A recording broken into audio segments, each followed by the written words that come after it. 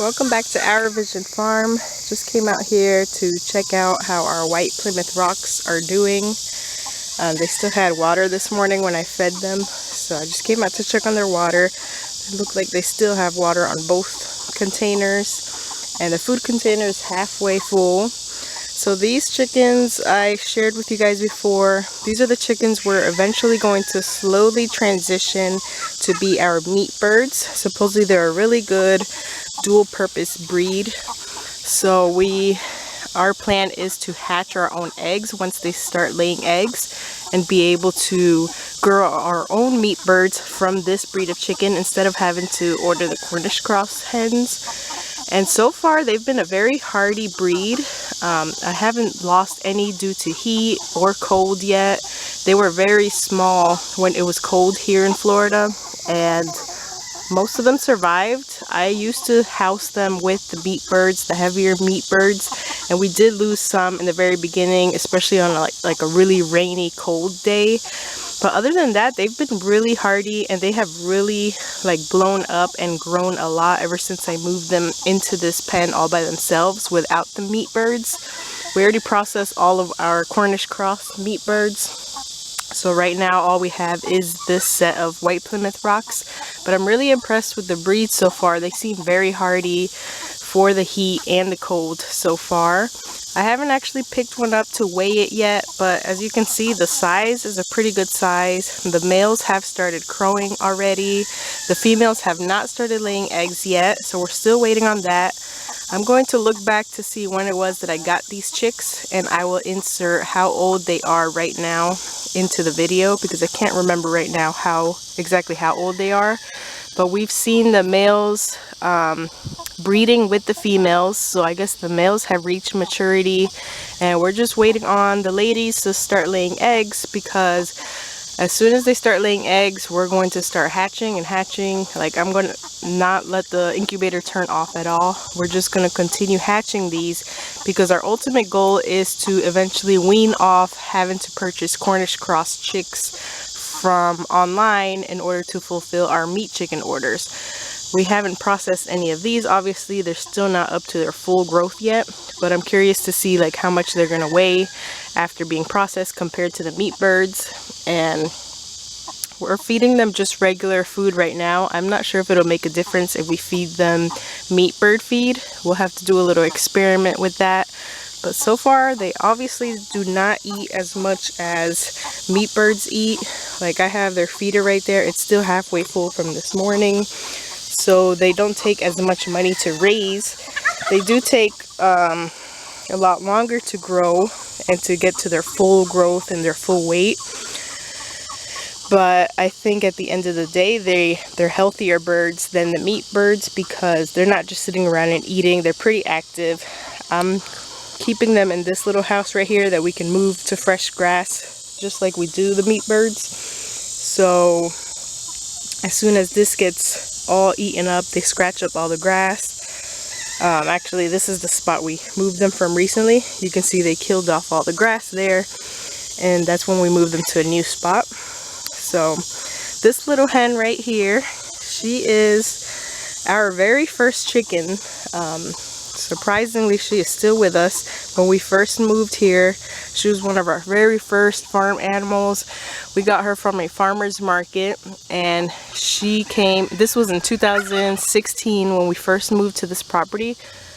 Maybe a little bit later, maybe closer to 2017, because I don't think we got animals that fast, if I can remember. I'm not sure.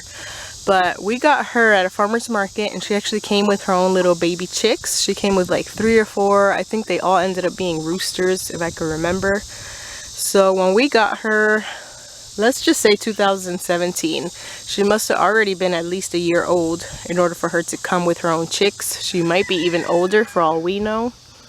It is 2022 now, so you do the math. She is pretty old and possibly even older. She is our first chicken we ever got, so we're keeping her in here because we recently got rid of the rest of the random breeds of chickens that we had that came from her, because we want to focus on just the white Plymouth rocks. But we decided to keep her because, of course, she was our first animal on our farm. and we're not just going to get rid of her or process her or anything.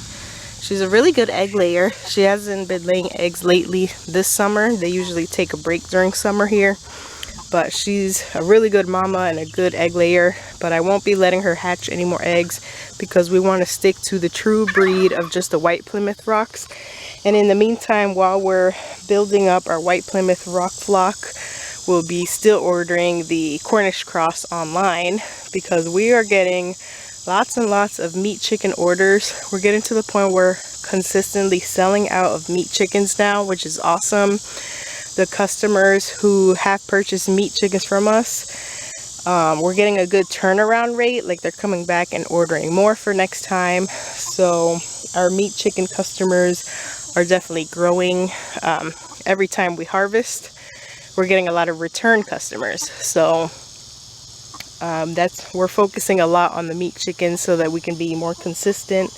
I just ordered the next 50 chicks that we're going to be raising, and I should have ordered them a while ago, but time slipped away from us. We just ordered the brand new chicks, and already almost 30 of those 50 are already pre-reserved for customers. So I might as well just go ahead and order some more chickens after our chicks come in, so we could keep them in rotation, because right now our 2 hoop houses back there are not even being used because we finished processing all of our meat chickens that were ready, so we got none left. So now we have a little bit of gap in between having more chickens available for customers. So just wanted to give you an update on the white Plymouth rocks, and that'll give me a reminder to look up to see how old these chickens are, because as soon as they start laying eggs, I'm just going to start hatching, because we're going to be using those for meat,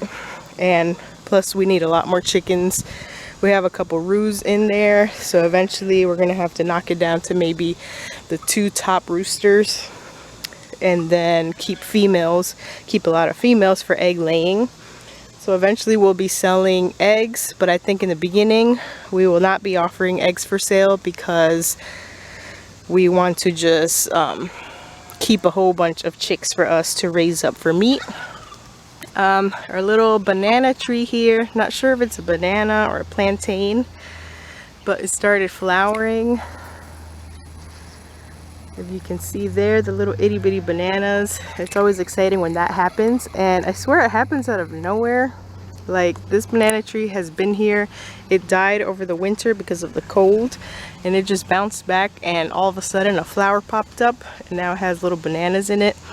It always amazes me how fast that happens, but I wanted to show you guys that. Other than that, this flower garden is still a hot mess express, I would call it. I haven't got around to cleaning it. Me and my husband did clear out the back garden where we have the green beans.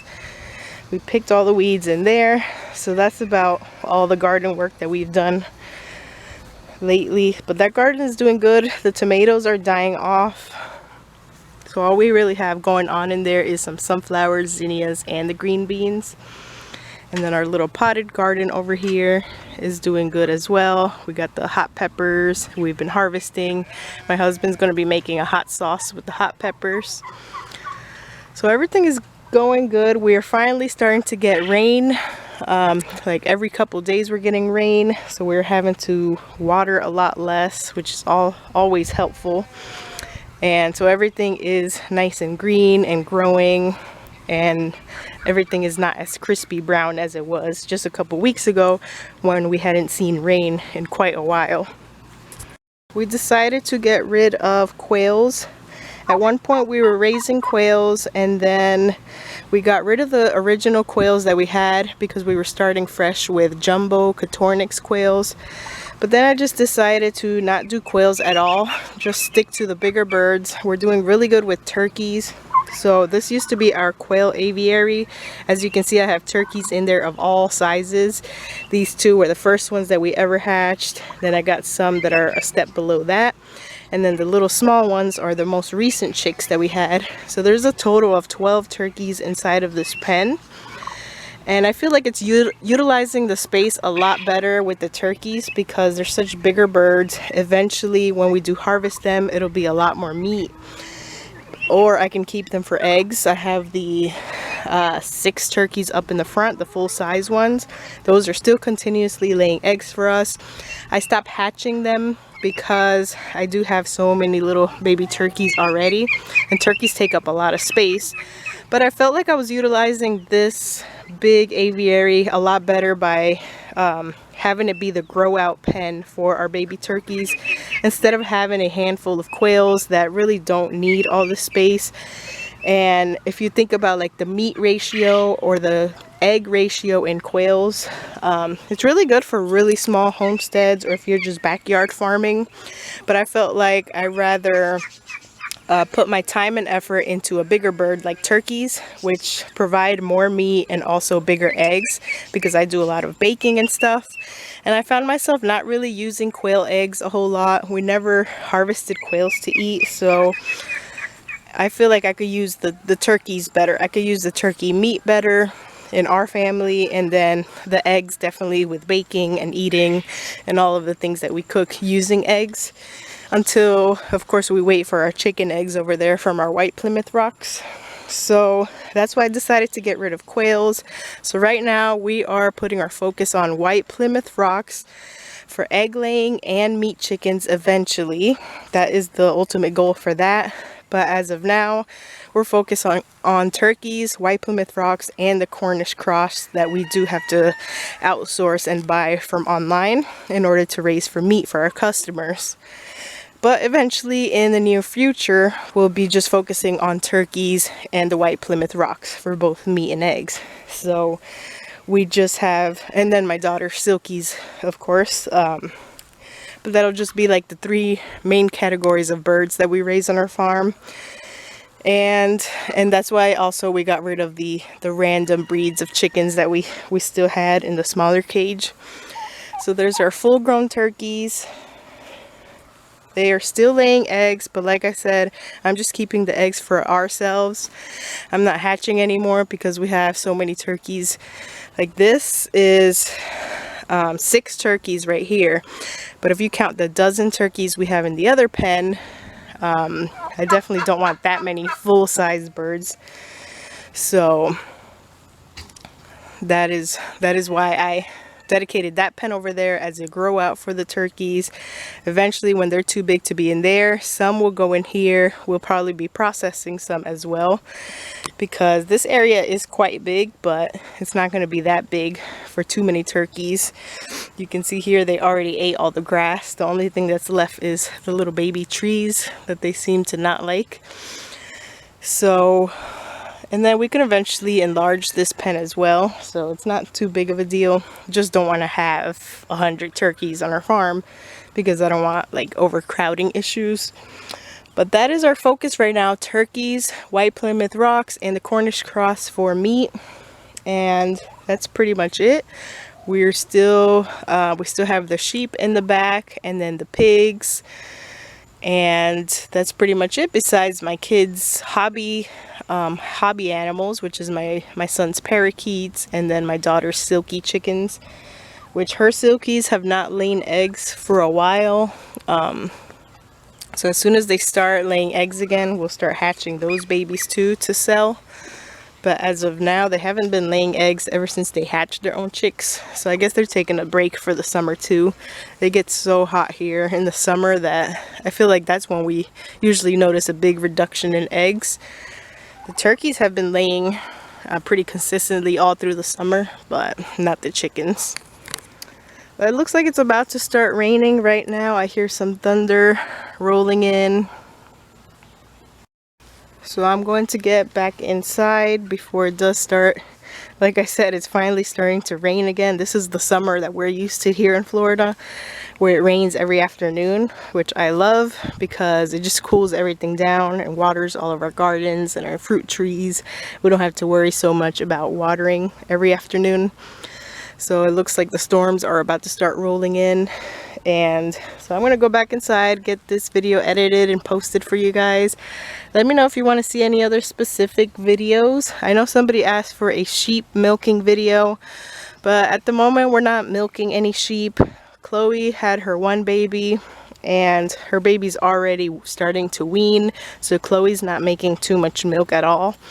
So I'm not going to be starting to milk her now. Maybe, fingers crossed, if Cookie is pregnant and she has her baby. If she has one baby, I will be milking her, but if she has 2 lambs, then I will not be milking her, because I want her to feed her babies as much as possible without making her like struggle too much to keep up with her weight and stuff, because I'm milking her and she's feeding 2 lambs. So if you have any other video requests or ideas that you would like me to do, definitely let me know. We are getting ready for another open day this Saturday. I try to do an open farm day every first Saturday of the month. So this coming up Saturday, it actually caught me by surprise that it was already about to be July. So that is when our next open day is. So yeah, that is all the updates I have for this week. Not getting too much done in the garden this week, but hopefully next week I will start again. We did get that one garden cleaned up, but I really need to get this one over here cleaned up and eventually get something going in this one, because there's nothing really growing in there either. So little by little, we will get like all of our gardens into production again. And I have to do a video of going to the back again to see how our plants are there, how they're doing back there. Remember, we planted some seeds back there. We planted the sugar cane, elephant ears, and a little cluster of papayas. So I'm curious to see how that is going back there, especially with all the rain we've had lately. Hopefully those have really blown up since we last visited back there. And then the next thing we're getting ready to do is fence off all the way back in the woods on the left side, so that the sheep can start clearing that out. We pulled out all the T-posts and have some fence laying there.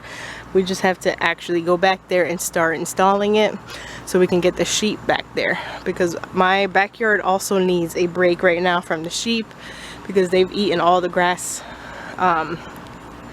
They've eaten it basically to the sand, and now that it's been raining, it's growing back, but it definitely needs a break from the sheep. So I've had the sheep penned up, and the sheep are really gonna love it when we enclose that heavy forested area for them again, so they can start eating all those plants and clearing the land out for us. But that's the update for today. I hope you enjoyed this video. I'll see you guys in the next video. Let me know in the comments if you do want to see anything else that's specific, and I will for sure work on that for you. All right, thanks for watching. Hope you guys enjoyed.